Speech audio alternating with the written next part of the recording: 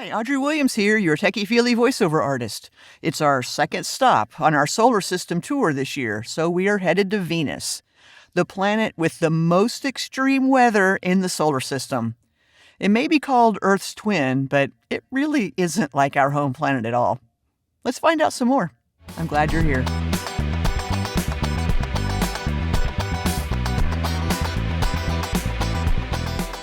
Venus may be a similar size to Earth, but that's about the only thing we have in common.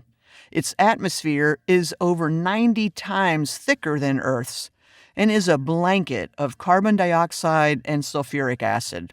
This makes it have a runaway greenhouse effect, bringing the average temperature up to 864 degrees Fahrenheit.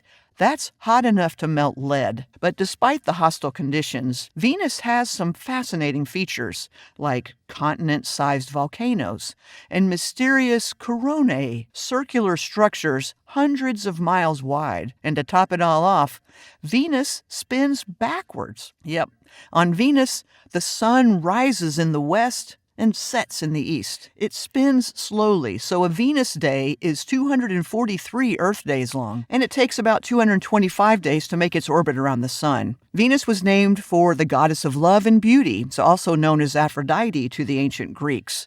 It's the only planet named after a female god, and most of the features on Venus are named for women.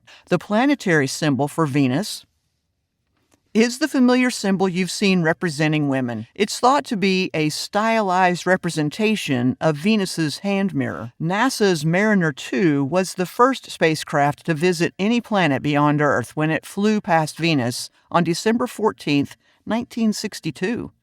Currently, NASA is planning 2 new missions to Venus, Veritas and Da Vinci.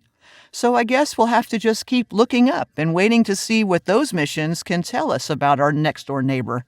You know, our evil twin planet. Until then, remember, the sky is not the limit. I'll see you next time for a stop at a pretty familiar planet.